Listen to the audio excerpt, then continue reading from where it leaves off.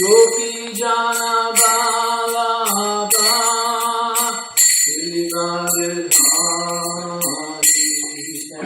Gopi Jana Baba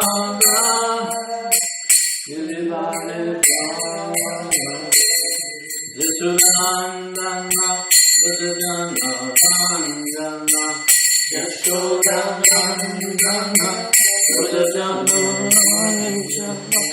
Jamuna Tira Vanachari Jamuna Tira Vanachari Jaya Radha Madhava Kunja Bihari Jaya Radha Madhava Kunja Bihari Gopi Jana Bala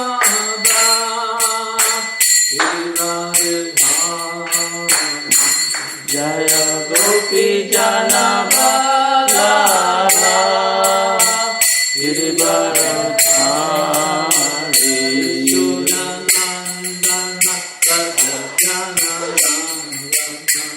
Jashodanandana Ranjana Jamuna Tira Vanachari Jamuna Tira Vanachari Hare Krishna Krishna Krishna Hare Hare Rama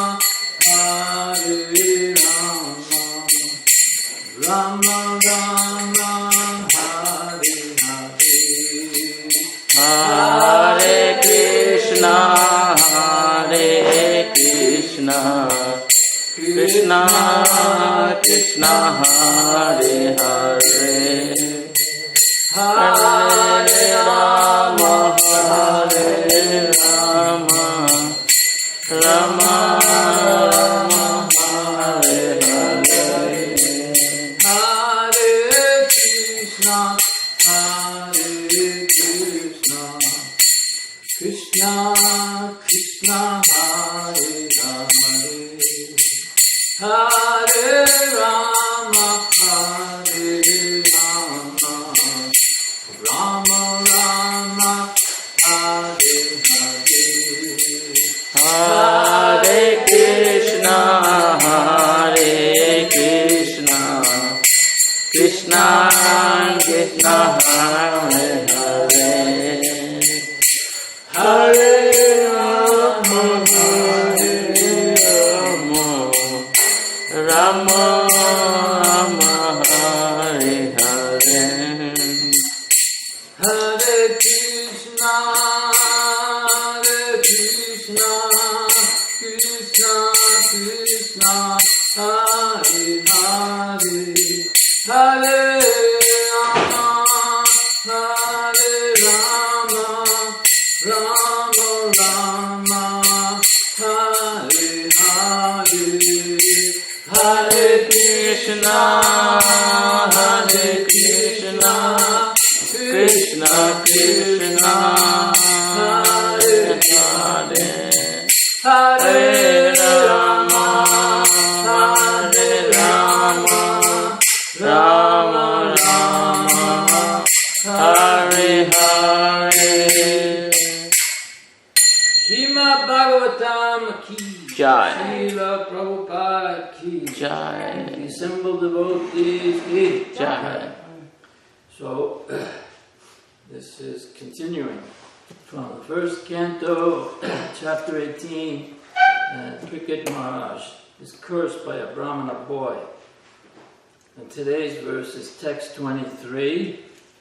Also, Om Namo Bhagavate Vasudevaya. Om Namo Bhagavate Vasudevaya. Om Namo Bhagavate Vasudevaya. Om Namo Bhagavate Vasudevaya.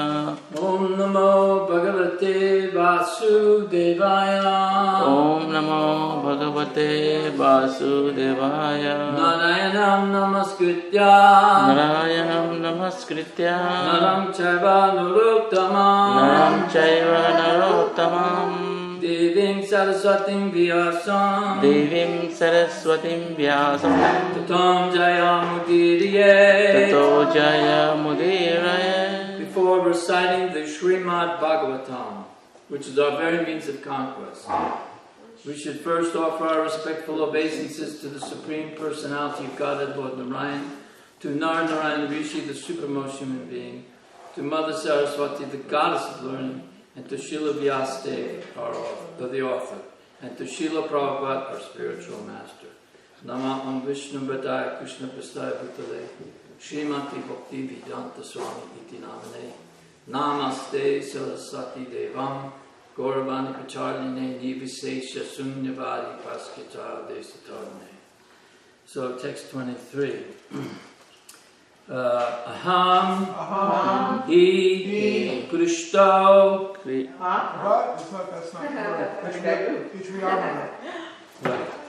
It's P-R-S-T-O. And then the next word is Riyamana? Yes. Okay. I missed that one. To err is human. To forgive, divine. Oh. And then what else? Aham Hi H-I, and then Prishto. P-R-S-T-O. And there's a T-O. And there's dots under R, S, and T. R, S, T. Okay, so we'll start again. Aham Hi Prishto Aryamano Bhavadbir. Aham Hi Prishto. That's okay. I'm sorry. Aham Hi Prishto Yamano Bhavadbir. Aham Hi Prishto Aryamana Bhavadbir. Achaksha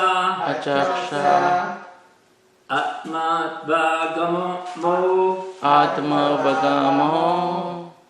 Atri Yavan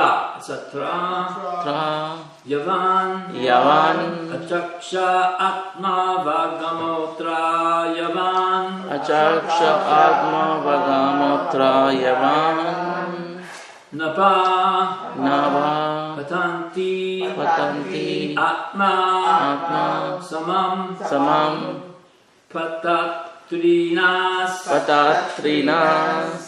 Nava Patantatma Samam Patantrinas Nabha Patanti Atma Samam Patatrinas Tata Samam Vishnu Gatim Vipaschitaha Titas Samam Vishnu Gatim Vipaschita Tatha Samam Vishnu Gatim Vipaschitaha Aham Prishto Yam Mano Bhavadbir. Aham Prishto Yamana Bhavadbir. Achaksha Atmavagamotra Yavan. Achaksha Atma Bhagamotra Yavan. Nava Patantatma Samam Patatrinas. Nabha Patanti Atma Samam Patatrinas. Tata Samam Vishnu Gatim Vipaschita. Tatha Samam Vishnu Gatim Vipaschitaha. Aham Prishto Yamano Bhavadbir. Aham Prishto Aryamana Bhavadbir. Achaksha Atma Vagamotra Bhavan. Achaksha Atma Nava Patantatma Samam Patatrinas. Nabha Patanti Atma Patatrinas. Tata samam Vishnu gatim vipaschita. Tata samam Vishnu gatim vipaschitaha. I think that was 3 times.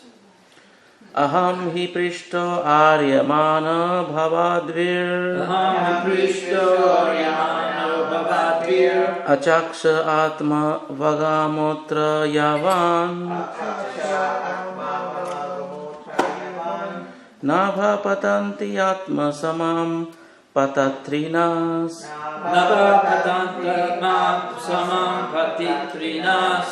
Tatha samam Vishnu gatim vipaschitaha. Tata samam Vishnu gatim vipaschitaha. Aham Prishto Yamana Bhavadvir. Aham prishto yamano bhavadvir. Taksa Mavagamotra Yavan. Vapatanti Atma Samam Patatrinas. Bhapatantatma samam patitratas. Tata Samam Vishnu Gatim Vipasitaha. Tama samam Vishnu gatim vipaschita. Aham hi prishto ramana bhavir. Aham prishto yamano bhavadvir. Achaksha atma vargamo trayavan. Atma bhagamo yavan. Nava patatine atma samam patatrinas. Patanti atma samam patatrinas. Tata samam Vishnu gatim vipaschita. Tatha samam Vishnu gatim vipaschitaha. Aham hi prishto yamana bhavadvir. Aham hi prishto aryamana bhavadvir. Achaksha atma vagamotra yavan. Navapatanti atma samam patatrinas. Atma samam Tata samam Vishnu gatim vipaschita. Tatha samam Vishnu gatim vipaschitaha. Aham hi prishto yamana bhavadvir. Aham Vishnu aryamana bhavadvir.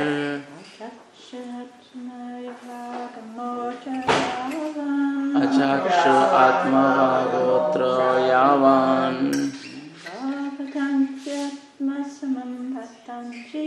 Nava patanti atma samam patatrinas.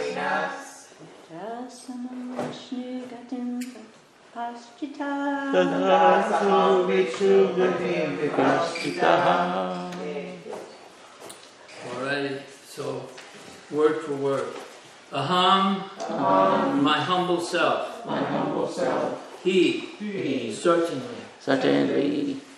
Prishta, asked by you. Aryamana, as powerful as the sun. Bhavadvir, by you. Achakshe, may describe. Atma avagama, as far as my knowledge is concerned. Atra, herein.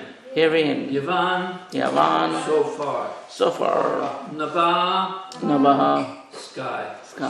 Patanti, fly. Atma samam, as far as it can. Patitrinas, the birds. Tata, thus. Samam, similarly. Vishnu gatim, knowledge of Vishnu. Vipaschita,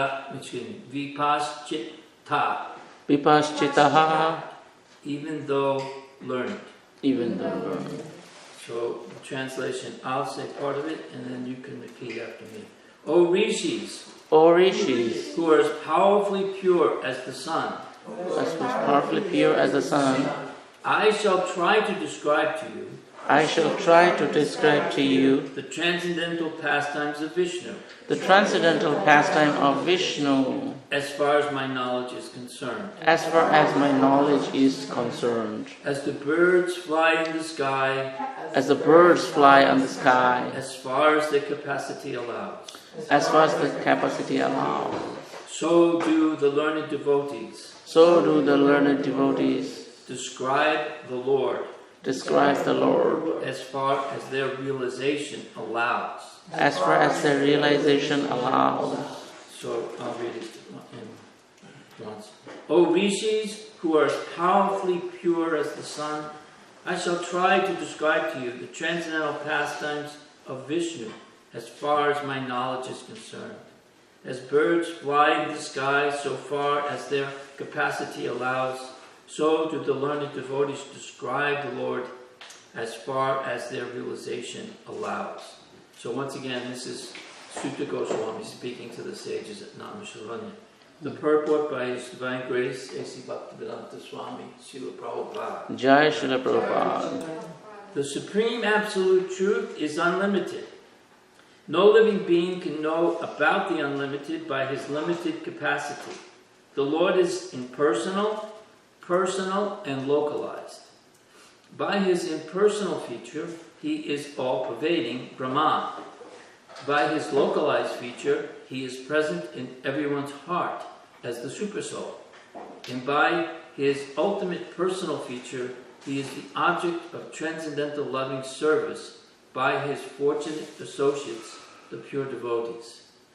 The pastimes of the Lord in different features can only be estimated partly by the great learned devotees. So Srila Sutta Goswami has rightly taken this position in describing the pastimes of the Lord as far as he has realized. Factually, only the Lord himself can describe himself, and his learned devotees also can describe him as far as the Lord gives him the power of description. Let me read that last part again. And his learned devotees also can describe him as far as the Lord gives him the power of description. So the verse is, the rishis who are as powerfully pure as the sun, O rishis who are as powerfully pure as the sun, I shall try to describe to you the transcendental pastimes of Vishnu as far as my knowledge is concerned. As the birds fly in the sky as far as their capacity allows, so do the learned devotees describe the Lord as far as their realizations allow. So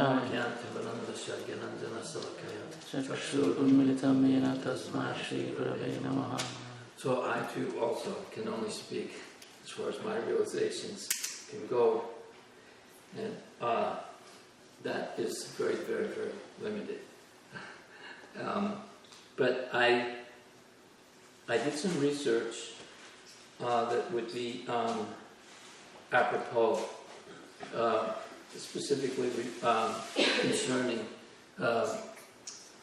comparing like Sutta Goswami, who was one of the speakers of the Srimad Bhagavatam, and he's saying that I can only speak to you, and these are all pure rishis, pure transcendentalists, but they've chosen him to speak because they can see that he has the most realization, and there's no envy amongst them, and so there's no argument about it. And this was being done 5,000 years ago, long before there was any sectarianism. Like there was no Buddhism, there was no Judaism, there was no Christianity, there was no Muslims, whatever else, Jains. There were different paths. There was of yoga, like karma yoga, jnana yoga, stanga yoga, and bhakti yoga. And all of them were recommended for certain purposes and for certain ages in the universal creation. And so, and everyone was getting their information through the disciplic succession of pure transcendentally realized souls, ultimately from the Supreme Lord, and through the Vedas. And the Bhagavatam is the is the the cream of all the Vedas. It is the sum and substance. It's actually the sound representation of the Supreme Personality of Godhead, and also of those persons who are Bhagavats, persons who are living the teachings. They're not just talking it, they're walking it. So, I was thinking of Krishnadas Kaviraj Goswami, who wrote 500 years later the Chaitanya Charitamrita, which is a description of the pastimes of the most recent incarnation of the Supreme Lord, Lord Chaitanya Mahaprabhu. And for those of you who are new, Lord Chaitanya is standing there on the left side of the altar, and he is to our right. And next to him is Lord Nityananda, who is, it's basically like Krishna and Balaram when Krishna appeared 5,000 years ago. Only 500 years ago, Krishna comes disguised as a devotee to teach us how to be devotees, to how to surrender. So, and his brother, Lord Nityananda, comes also to assist in these pastimes, as well as many other great transcendentalists. So why does Sutta Goswami compare them to be as powerful as the sun, pure and powerful as the sun? Because the sun gives us light, and without light, can you just move this back? Without light, there's darkness, and in darkness, we stumble around, we fall, we trip, we bang our heads. And Maharaj would be very happy to hear that my wife is very strict about turning off the light outside our place of living at 6 o'clock. So on my way back, I'm coming back in darkness, and I usually trip over the stairs. So I can speak from realization what it's like not to have light and you walk in darkness. But our lives are like that. We're born into darkness, and there's very little information about, especially now in this present age, of what is the purpose of human existence. What is this universe? There are various attempts at various religious organizations, religious traditions, which have very valuable messages, but what we're talking about is something that's not sectarian, and it's all-encompassing. It's not just a section of the truth.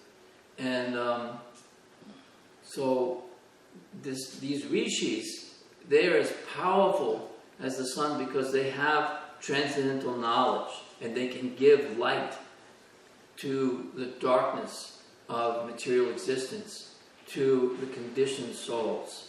And I wrote down some notes because this is an important verse, I think. And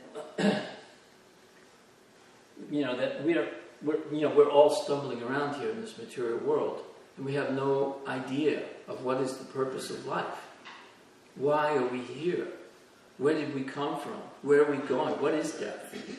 You don't really stop to think about it until you get close to it, or if you see someone near you die, you might get some momentary, contemplation about what is this existence? What is death? But it happens to all of us, and the purpose of our life as human beings. This is a crossroads. We are transmigrating through all the different species within the creation. Just like Darwin says, there's evolution. We agreed with that in a sense, but he leaves out the part that the soul is evolving through various species of life. And when you get to the human form of life, you finally have the ability to inquire into the nature of the self. You inquire, what is this place? I'm sure many of us have looked up at the stars at night and just wondered, what is all that? What's going on out there? And it's basically, we're like, I've used this example before, but It's like, do they still sell ant farms? They still? Yeah. So they're like, the glass case, it's a piece of glass, and then they put sand in there, and you can watch the ants do their business. And so I've often compared us to that, in a sense that we're very tiny, we're very small. In terms of the entire creation, this planet is a small dust particle. And we're a very small, tiny little living. If you ever been in a plane, and not way up in the clouds, but if you're coming in low over a city, and you see all the people walking around, you see it's like little bugs walking fast, quickly, going here and there.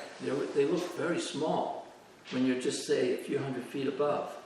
So we are very, very small creatures, and we have a very short lifespan. And so these ants, they're living inside this ant farm, and their whole business is, they're working, they're eating, they're sleeping, they're mating, and then they're defending themselves from maybe some other ant colony. So that's animal life: eating, sleeping, mating, and defending. And that's not what the human being is meant for. We're meant for more than that. So it's just imagine if the ants all of a sudden got the idea to build a telescope. And, they're very small, they're very imperfect, and their eyes are very tiny. But say they build a little tiny telescope, and they look through the telescope with their tiny eyes out into this room, and they see those 3 lights, and then there's the big light over there, and then they try to figure out, where are these lights, and what are these lights, and where we are, and then they do their little equations. How much knowledge can they actually get by trying to ascend to the truth? But if someone from the outside were to come in and tell them about who they were and how small they were and what is going on outside and what is the creation around them, they could have perfect knowledge. So that is our situation. We are like ants in this tiny world, and we're trying to understand what is our purpose here, and where we came from, and where this creation came from, and who is the creator. And here it describes that Sutta Goswami is saying, he says, the pastimes of the Lord in different features can only be estimated partly by great learned devotees. So Srila Sutta Goswami has rightly taken this position in describing the pastimes of the Lord as far as he has realized. Factually, only the Lord himself can describe himself, and his learned devotee also can describe him as far as the Lord gives him the power of description. So we're dependent on God himself for knowledge of himself. That it's not like we can, figure him out with our tiny brains. So I wrote down, I did some research and Krishnadas Kaviraj is the compiler of a literature that describes some of the pastimes of Lord Chaitanya 500 years ago. Again, the person on our right, on the left side of the altar. And he was asked at the advanced age, he was in his 90s, I don't know if he was 96 or 99, I've heard different numbers. And at one point he says, I am old, I'm invalid. When I write, my hand is trembling. I'm blind and I'm dumb. But yet, I am been given this task to write about the pastimes of Lord Chaitanya. And he's begging everyone else to please forgive him if I've made any mistake or if I've committed any offense, because I am not writing. What the story is he was begged by all of these very advanced transcendentalists in a place called Vrindavan. And they were begging him. There had already been some books written about Lord Chaitanya's pastimes, but some of it wasn't complete. And even now, it's still not complete. So they were begging him, please, you write this pastime. You write about especially the latter pastimes when he took the renounced order of life. And so, with great respect to the previous authors like Vrindavan Das Thakur, he only spoke of those things which were not previously written down by the previous authors of Lord Chaitanya's life. Sometimes he'll mention it, but then he says, I won't go any further because my predecessor, Vrindavan Das, or I can't remember the other, but some of the other devotees that wrote about it. So, and they're pushing him to do this, and he's like, I'm a dancing dog. I'm lower than Jagai and Madai, who are two great, very sinful, drunken, debauched persons that Lord Chaitanya saved and gave mercy to. And they became great devotees and became transcendentally realized. He said, I have no qualification. I'm like a worm in trash. How can I write about the Supreme Personality of Godhead? And they're saying, no, you are the one who's qualified to do it. And then he goes and he prays in front of one of the deities. His name, the deity's name was Govinda. While he's praying, the garland of Govinda falls off. And the pujari who's worshipping him, the person on the altar, the priest, catches it. And then because he hears Krishnadas Kaviraj's prayers, so he immediately takes the garland and places it on him. And then this is considered a sign. At that moment, Govinda, or God, in his deity form, is sanctioned. Yes, you should do this. Then he goes to the Madan Mohan temple. And there he sits. And at the end of every chapter, and I went through the whole Chaitanya Charitamrita, at the end of every chapter, the last thing he says, that he's begging for the blessings of Rupa and Raghunath Goswamis, who are great spiritual masters before him, his predecessors, and they were direct associates of Lord Chaitanya. And I'm begging them for their mercy that I can continue this writing. And then after each pastime, he'll either give a benediction that anyone who hears this story of this pastime with Lord Jagannath with Lord Jagannath and Lord Chaitanya, they will surely attain the love of Godhead, or you will become free of all faults, so on and so forth. But then there's those chapters at the end of the chapters where he reveals his sense of awe and his genuine feeling of complete, that he's completely unqualified to do this. I have no qualification to do this. Like I feel right now, I have no qualifications at all. The only qualification I have is that I have these books that were translated by Srila Prabhupada, our spiritual master, and I have the ability to read and partially understand what I'm reading. I haven't completely realized it. That's my only qualification.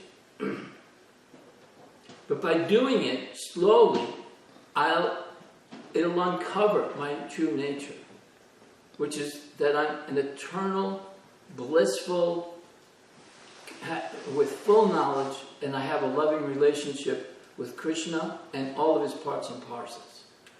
But I'm a long way from that goal. But it takes a while. I mean, what is time anyway? I mean, if we've been here in this creation for hundreds of thousands, maybe millions of lifetimes, and you're doing it for a year or 2 years or 30 years or 40 years, 50 years, what is that in comparison to how long we have been diseased and illusioned? So these are some of the prayers that Krishnadas Kaviraj says at the end of certain chapters. This is, and it starts with the Majja Lila, where he starts doing this. This one is from 295. It's just one little phrase. He says, I am describing one particle of one drop of one wave of Lord Chaitanya's pastimes. And it's a 17-volume book. He says, all I've been able to do is describe one particle of one drop of one wave of the pastimes of Lord Chaitanya. I admit that I do not know the beginning or the end of Sri Chaitanya Mahaprabhu's pastimes. I offer 10 million obeisances unto the lotus feet of Sri Ramananda Roy, because from his mouth much spiritual information has been expanded by Sri Chaitanya Mahaprabhu. Each one of these is verses from the ending of different chapters. I just did it in order as they came up. The pastimes of Sri Chaitanya Mahaprabhu are just like an unfathomable ocean. It is not possible for me to enter into it. Simply standing on the shore, I am but touching the water. In other words, I'm not even in the ocean. I'm just standing on the shore. I see this huge ocean, and sometimes the water touches my feet. The pastimes of Lord Chaitanya are unlimited and endless. Even Sahasra Vandana Lord Sesha cannot reach the limits of his pastimes. And that is, Ananta Sesha is an expansion of Lord Balaram, who is Krishna, and it's a multi-hooded serpent. And he has thousands, maybe millions of heads.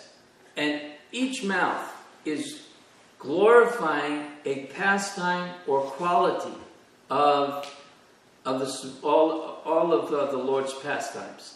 And he's been doing this since, and there is no beginning, but the beginning of creation. And he's never repeated himself. And he's going on like this from time immemorial. So he's saying, what he says here is, the pastimes of Lord Chaitanya are unlimited and endless. Even Sahasra Vandana, Lord Sesha, cannot reach the limits of his pastimes. He can't finish with all of his mouths and all of the time of eternity, cannot finish describing the pastimes and qualities of Lord Chaitanya and his devotees. Because also, the devotees of the Lord are unlimited, and their pastimes are unlimited, and they're increasing now as we speak. In this way, Sri Chaitanya Mahaprabhu performs his pastimes, which are unlimited and unfathomable. Somehow or other, these have briefly been described. It is not possible to describe them elaborately. Although Lord Anantadev, again, Seshananta, is always describing the pastimes of the Lord with his thousands of mouths, he cannot reach the end of even one of the Lord's pastimes. Lord Ananta writes millions of books elaborately describing the transformation of ecstatic love experienced by Sri Chaitanya Mahaprabhu in Vrindavan Dham. Since Lord Ananta himself cannot describe even a fragment of these pastimes, I am simply pointing out the direction. What ordinary living being can describe the pastimes of Sri Chaitanya Mahaprabhu? I have only indicated the general direction in the form of a summary. The pastimes and methods of Sri Chaitanya Mahaprabhu are uncommon. Unfortunate is he who cannot believe even after hearing all these things. From the beginning to end, the pastimes of Sri Chaitanya Mahaprabhu are uncommon. Just hear them with faith and accept them as true and correct. Whoever argues about this is a great fool. He intentionally and personally brings a thunderbolt upon his head. The pastimes of Sri Chaitanya Mahaprabhu are an ocean of nectar. Even a drop of the ocean can inundate the whole world with transcendental bliss. Thus I have described briefly and described Krishna's manifestations of his transcendental forms. This subject matter is so large that even Lord Ananta cannot describe it fully. In this way, Krishna's transcendental forms are expanded unlimitedly. No one can count them. Whatever I have explained is simply a little glimpse. It is like showing the moon through the branches of a tree. Very nice analogy, very poetic. So, God is great. He's the Alpha and the Omega. But how great is He? You know, there's so much information about the Lord that's not sectarian, and how to achieve our eternal relationship with Him that's available for those who are truly seeking to know the truth. The problem then is the application. You have to deal with the hard knot within your heart. It's ahamkara, our false ego. That has to be shattered. And the process for shattering that is the chanting of Hare Krishna, Hare Krishna, Krishna Krishna, Hare Hare, Hare Rama, Hare Rama, Rama Rama, Hare Hare. So, I have briefly described what I know by repeating what I've read. And I humbly suggest that everyone take to this process. And because Krishna is it's not like he has a sign up saying help wanted. He doesn't need any more servants. There's unlimited goddesses of fortune alone that serve him.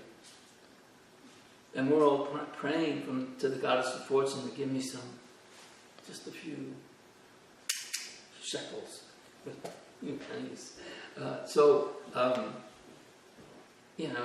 We need to be serving him. That's who we are. No matter what we do in this world, whatever you believe, you will be a servant. If you're the President of the United States, do you think you're in control? I don't think so. I think that actually you have to serve. If you don't have that service attitude, your life will always be frustrated. If you're a parent, a father or a mother, your job is to serve your children. A husband has to serve his wife, he should. And a wife has to serve the husband, she should. And they both have to serve their children, and they should. But the children have to serve their parents. It's all about developing a service attitude. Once we understand that we are servants, that's the beginning of some sanity in our life. It's so difficult. It's because our mind has been trained for so many lifetimes to be controlled, to be the master. Who is he? Why should I listen to him?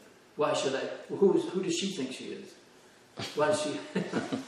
And there's the she's too. So we have to. Anyway, by reading Prabhupada's books and by chanting this Hare Krishna mantra and trying to avoid the 10 offenses, there are no hard and fast rules, but we have to be, know the science. And it's a very simple process. It's simple, but it's not easy. And it takes some time and patience. So does anyone have anything they'd like to add or subtract? Yes, John? Yeah, like you said about knowing and reading. Reminds me of I don't remember much about the philosophy in college, but I remember Plato's allegory of the cave. Oh, that's a great Yeah, one. when knowledge was achieved through light. Right. That's Well, when we started, Well, my memory of it is that they were all in, and they were gathered around the fire, watching the shadows on the wall, like television. Yeah. And there was one person who thought, I think there's something outside, beyond this cave. And they're all saying, no, you're crazy. There's nothing. Anybody who's ever gone never returns. We don't, who knows? Yeah. Everything is safe. Right here, we have everything we need. So they said, I think, well, then go. So he does. He gets up there. And at first he can't, it's so bright because he's been in darkness. It's like he can't, and then finally his eyes adjust himself and he sees there's a whole world with color and all these different species of life, beautiful birds flying and flowers and beautiful aromas, not that dank, dark place down there with its mold and so, but then he's excited and he wants to share it. When you find some really cool thing, I can remember every now and then back, when we were bohemians. I'd rather use that word than the other word. And I always hated that other expression. So you find some place to go and have an experience, and it'd be a beautiful park, or get on top of a mountain and watch the sunrise or sunset. You want to, get you, and hey, come on, you gotta come. This is the place. This is, if you want to really get this. Come over here. It's perfect for what we want to do, and you want to share it. So in Plato's story, my recollection is he gets out there and he sees it and experiences it. So he wants to tell everybody. So he goes back down. And it's a difficult task to get out. It was very dangerous. And he could get lost in different ways. But he finds his way back, tells everybody. Nobody believes him. And then they start saying to him, well, if it's so great, why did you come back? Why didn't you just stay? He said, well, I wanted to share it with you. Well, we don't want it. We're happy right here where we are. It's like the story of Indra. He's the king of heaven. They're demigods, by the way. They're not God, but demigods. They assist God in the universal affairs, like the Greek gods and the Roman gods. They exist. And Indra, he's the king of heaven. And he commits a great offense against his spiritual master. So he's cursed. I think it is that. Did he offended his spiritual master this time, or was it something else? He offended someone. He's offended someone, yeah. Sometimes he makes mistakes. So he was cursed to take birth as a hog. And so he's living this life as a hog, and he has a wife, a she-hog, and a sow, is that what they call it? And then the little piglets. And they're living in this nice mud pit, eating their trash and garbage. And finally, at a certain point, things aren't going well without his administration. And so Brahma, who's the chief administrator, creator of the material universe, comes and tells Indra, come on, it's time to come back. All is forgiven. We need you back in heaven. And mind you, he's living in a place where the food is like ambrosia. And the flowers are beautiful aromas, and there's beautiful upsars or dancing women everywhere. It's heaven. Everything is beautiful and heavenly. The food, the quality of life is heavenly. Because there is a heaven, but beyond heaven is the spiritual world, which is eternal. You can go to heaven, but that also ends after a certain time when your bank account runs out, your pious activities run out, and you fall back down. So Brahma comes to Indra and says, "Come on, you have to come back to heaven. Things are going all, they don't know what they're doing." He says, "Heaven? This is heaven. I'm in hog heaven." I think that's where it came from. I'm in hog heaven. I got this beautiful sow as my wife. Got my little piglets. And look at this. I got the best mud pit in the whole place. You look at this pile of trash. I got what I got to eat. Look at this. This rancid smell. And there's some hogs that actually use this sewage for eating sewage as well. And so, I'm not going anywhere. I'm happy right here. But then what happens is the farmer comes along and it's time for bacon. Ham. I think it's Easter time and we need some ham. That's when I used to I remember Easter was ham, Christmas was turkey. Something like that. I don't know why. Something, I didn't like any of it. I was really odd. Everybody thought my mother had an affair because I didn't fit with everybody else. So then he sees his wife being killed. And then he sees his children being killed. But still, he's not ready to go. And then he realized he's next. Mm-hmm. He said, "Hey, I'm ready. I'm ready to go back." So, why did I tell that story? What was the point? I forgot. But anyway, the point is that you get stuck in a rut. And you think, this is all there is. This is all life is meant to be. I'm simply a consumer. And I'm meant to work very hard so I can buy goods to consume. And there's so many more new things to consume. They're constantly coming up with new smartphones and different technology, not like in the past. Now you got TV in your hand, not just one TV in your house or one TV in your room. You got TVs everywhere. You got all kinds of things to consume. And I'm being consumed as well by time. You see these documentaries. I happened to have noticed a documentary recently on these people that I knew. They were people had some success in life, and I was watching. And when they were very young, they were very successful, had a lot of money, and all the side effects to it, being famous musicians, and then it all starts to fall apart, and then you see them like now. And they're just, where did time go? And they're regretting, why did I, what? And it would always it just floors me that everybody wants to hear about the quantities of intoxication that they consumed and the quantities of, these sinful activities I did and how I did this and now I realize, and now they're diseased. They're old, they don't look as good, they can't play as good, and where did it go? And why did I waste that time on this foolishness? And it's always the same story. You think by now someone would get the idea. I mean, George Harrison did. He got the idea. I saw an interview recently with Eric Idle, who's famous for always look on the bright side of life. Do-do, do-do, do-do, do-do. He's on the cross. The life of Brian.